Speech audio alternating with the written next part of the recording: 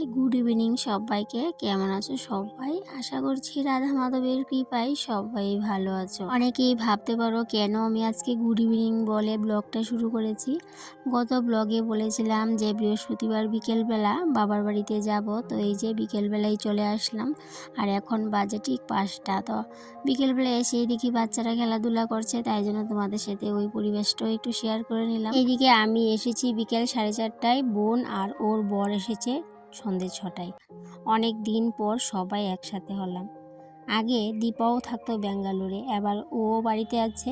দীপা মানে আমার ছোটো বোন, এই যে টিফিন খাচ্ছে ওর কথা বলছি। আজকে বাড়িতে সবাই আছি, তবে আজকে পিসিমণিও আসার কথা ছিল, মানে আমার ছোটো পিসি। তো পিসি আসতে পারেনি, যে কোনো একটা প্রবলেম হয়েছে তাই।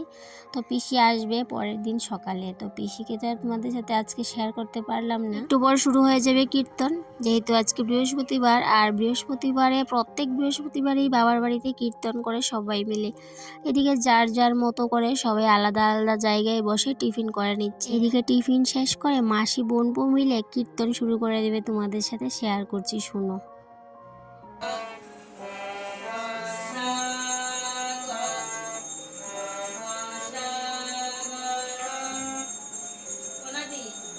ছেলে এখানে এসেছে 7 থেকে 8 দিন হবে, আর এখানে থেকে দিদনের সাথে মিলে একটু বসে বসে হারমোনি বাজানোটাও শিখে গেছে।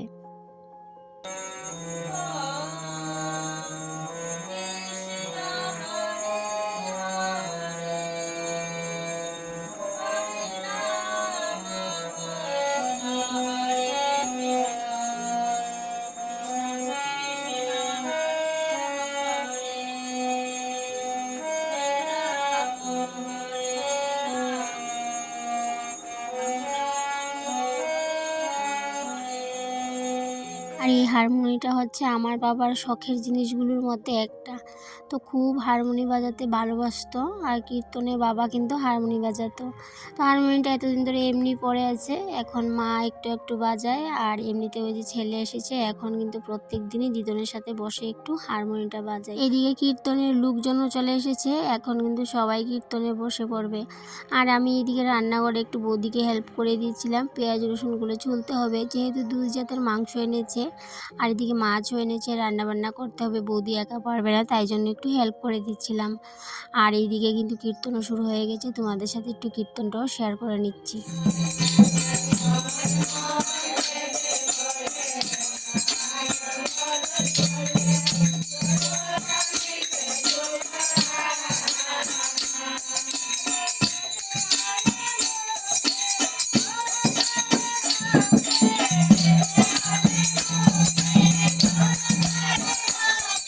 এদিকে কীর্তনের পর আর তোমাদের সাথে কোনো কিছু শেয়ার করলাম না, রাতে খাওয়া দাওয়া কোনো কিছুই শেয়ার করলাম না। সমস্ত কিছু শেয়ার করতে গেলে অনেক বড় হয়ে যাবে ভিডিওটা, তাই জন্য।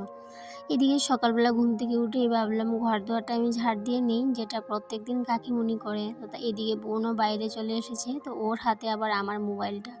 ও ক্যামেরা করছিল, বলছিল বোর্ড দিয়ে আমি একটু ক্যামেরা ভিডিওটা শ্যুট করে দিই তোমার, যেহেতু আমি স্ট্যান্ড আনিনি। স্ট্যান্ড আনলে হয়তো বা অতটাও কষ্ট হতো না, আর স্ট্যান্ড আনলে অনেক কিছুই তোমাদের সাথে শেয়ার করতে পারতাম।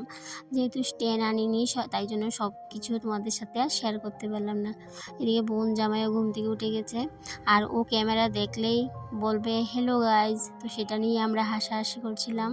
তো যাই হোক, এদিকে বোন একটু ক্যামেরাটা করে দেওয়ার জন্য অনেকটাই কিন্তু হেল্প হয়েছে আমার।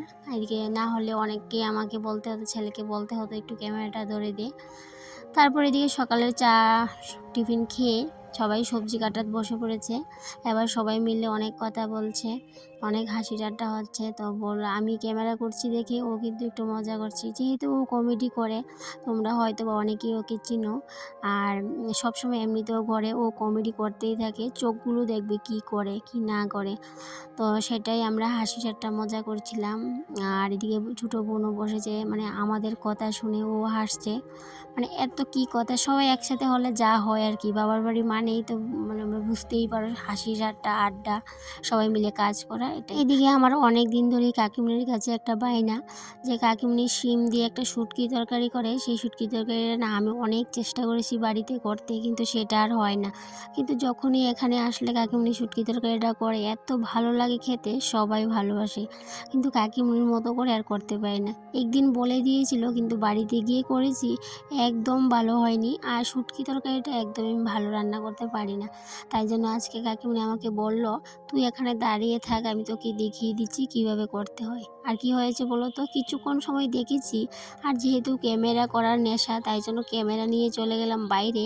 আর কখন যে কাকিমুনি লাস্ট পর্যায়টা শেষ করে নিয়েছে সেটা দেখতেই পেলাম না। পরে বলছিল, তোকে তো অনেক দেখেছি, তোর তো কোনো খবর নেই, তাই জন্যই কিন্তু আমি তরকারিটা নামিয়ে নিয়েছি। তবে আজকের তরকারিটাও না ভীষণ ভালো হয়েছে, তবে একটু একটু আন্দাজ করে নিতে পেরেছি কী করেছে, কোন সময় কী দিয়েছে। যাই হোক, তোমাদের সাথে আরেকদিন হয়তো বা এই তরকারিটা শেয়ার করব, শিখে উঠতে পারলাম কি না।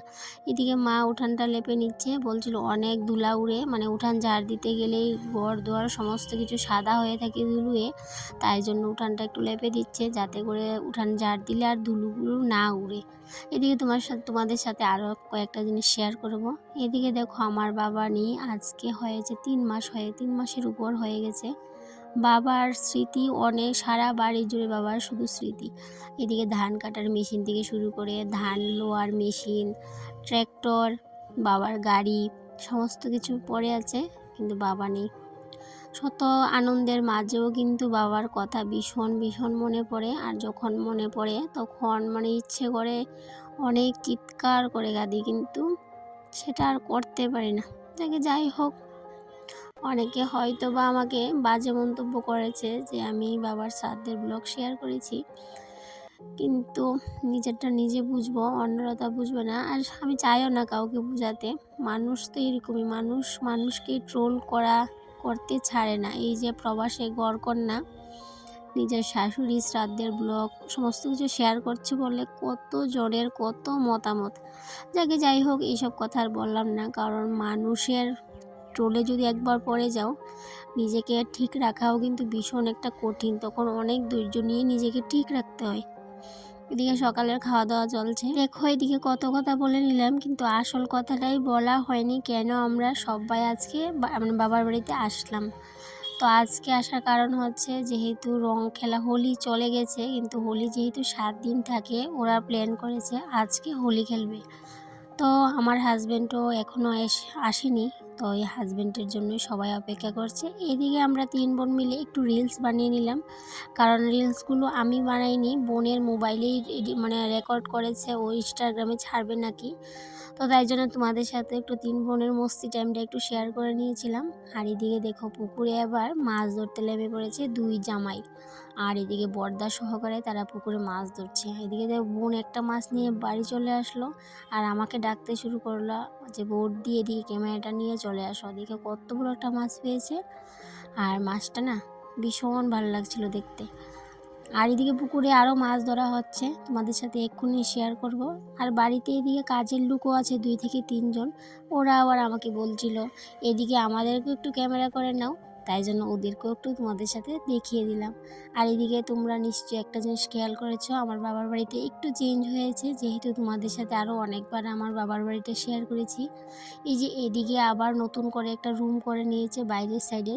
এদিকে আগে খোলামেলা ছিল, কিন্তু এখন একটু অন্যরকম হয়ে গেছে। এদিকেও আর একটা টিনের ঘর করেছে মুরগি রাখার জন্য। আর এইদিকে বাড়িতে কাজের লোক তো প্রতিনিয়তই 2 থেকে 3 জন বাড়িতে থাকে, আর গ্লাসের ঘরে তো থাকেই 2 থেকে 4-5 জন। তো যাই হোক, এদিকে দেখো পুকুরে নেমে পড়েছে 2 জামাই আর আমার বড়দা, মানে আমার বড় ভাই। এদিকে বোন মাছের বালতি নিয়ে দাঁড়িয়ে আছে, আর হাজব্যান্ড এসেছে বেশিক্ষণ হয়নি, এসেই কিন্তু পুকুরে নেমে পড়েছে মাছ ধরার পর হোলি খেলবে বলে সবাই প্রিপারেশন।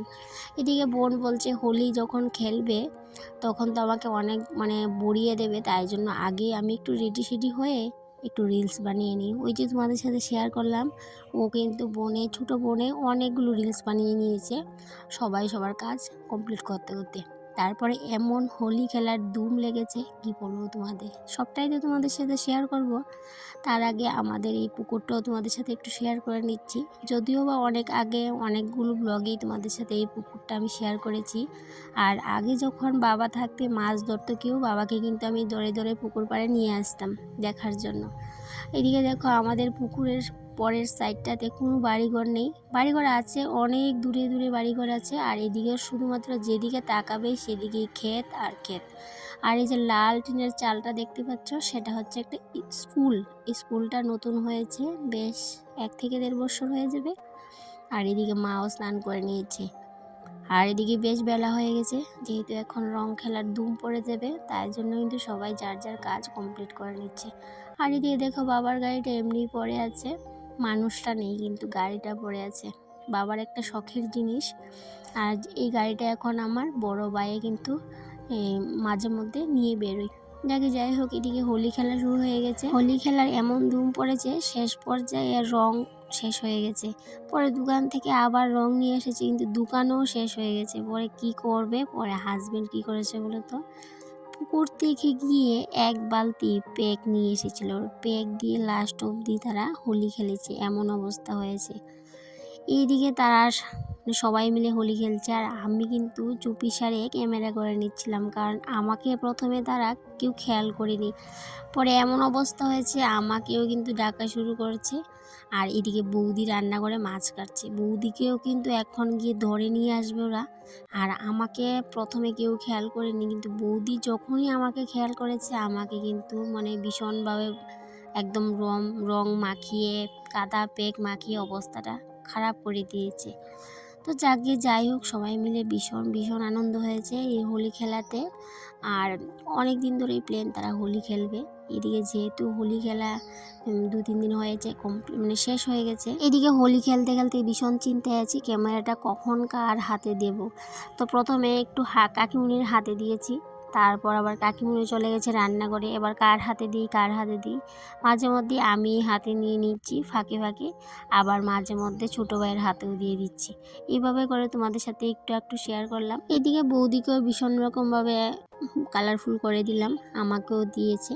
তারপর ফাঁকে আবার চলে আসলাম ক্যামেরাটা হাতে নিতে। এবার সবাই মিলে আমার হাজব্যান্ডকে ধরেছে, ধরে কিন্তু এমন অবস্থা করেছে কি বলবো। ও প্যাক এনেছে পুকুর থেকে, ওকেই সবাই মিলে ভীষণ রকমভাবে অবস্থা খারাপ করে দিয়েছে। সবাই যেরকমভাবে ভরেছে তার তুলনায় আমি অনেকটাই কম ভরেছি, কারণ আমাকে রং দেওয়ার মতো এখানে তেমন কেউ ছিল না, কারণ যেহেতু আমার বাড়ির মানুষ সবাই। আর রং দেওয়ার মধ্যে একজনই ছিল, সে হচ্ছে আমার বৌদি যা একটু দিয়েছে, আর বাদ বাকি সবাই একটু দিয়েছে আমাকে। তাই জন্য সবার তুলনায় আমি একটু কমই বলতে পারো ভূত হয়েছি। এদিকে হাজব্যান্ডকেও ভূত করে দিয়েছে। এবার লাস্ট পর্যায়ে বৌদি আমাকে ধরেছে, দেখো পারছিল না সবাইকে মেখে, এবার লাস্ট অবধি আমাকে কি করেছে অবস্থাটা দেখো। তো পেক মাখিয়ে সারা গায়ে অবস্থা খুব খারাপ করে দিয়েছে। তখনও কিন্তু ক্যামেরাটা আমার হাতেই ছিল। তারপর আর কি সবাই মিলে অনেক ছবি টবি তোলা হলো, তারপর সবাই মিলে চলে গেলাম নদীতে, যেহেতু ভীষণ রকমভাবে অবস্থা খারাপ। এদিকে দেখো সবাই ভোলানাথ সেজে বসে আছে ভাইপুর জন্য, কারণ ও অনেক কান্নাকাটি করেছিল, আজকে স্কুলে যাবে না। ও বলছিল তোমরা রং খেলে নেবে, তো ওর জন্য সবাই অপেক্ষা করছে। ও স্কুল থেকে এলে ওর সাথে আরেকটু খেলা হবে, তারপর সবাই মিলে চলে যাব নদীতে। এদিকে বোনের অবস্থা দেখো, এখানে আবার বোনকে অনেকগুলো ছবি তুলে দিয়েছি, যেহেতু ও কমেডি চ্যানেল, তাই জন্য ওকে বললাম তোরে অনেকগুলো ছবি তুলে দিই, এই ছবিগুলো তোর অনেক কাজে আসবে। তো তারপর আর কি সবাই মিলে নদীতে গিয়ে স্নান করে আবার দেখো সবাই ফ্রেশ হয়ে আবার নিজের আসল রূপে ফিরে আসলাম। এদিকে খাওয়া দাওয়া চলছে, তারপর বোন তারা আবার চলে যাবে বিকেলে, আমি আবার থেকে গেলাম, সকালবেলা আমিও বাড়ি চলে গেলাম। এদিকে তোমাদেরকে বলেছিলাম যে ছোটো পিসি আসবে, আসলে হয়েছে কি ছোটো পিসি সকালে ট্রেনটা মিস করেছে, তাই ছোটো পিসি আসতে সন্ধে হয়ে গেছিলো, সেই জন্য ছোটো পিসিকে আর তোমাদের সাথে শেয়ার করা হয়নি। এদিকে বোন তারাও চলে যাচ্ছে। আর উঠানের অবস্থা দেখো, সকালবেলা মা উঠানটা লেপেছে গোবর দিয়ে এত সুন্দর করে, এখন উঠোনের অবস্থাটা ভীষণ রকমভাবে খারাপ হয়ে আছে, যেটা সবাই কিন্তু আমরা আফসোস করছিলাম। অনেক কথা বলে নিয়েছি, আর বাবার বাড়ির ব্লগটাও তোমাদের সাথে শেয়ার করেছি, কেমন হয়েছে জানিও। তো বন্ধুরা, কথা বলতে বলতে চলে আসলাম ভিডিওর শেষ পর্যায়ে। আবারও দেখা হবে তোমাদের সাথে পরবর্তী কোনো একটা ব্লগে। ততক্ষণে তোমরা ভালো থেকো, সুস্থ থেকো, আর এইভাবেই আমার পাশে থেকো। টাটা।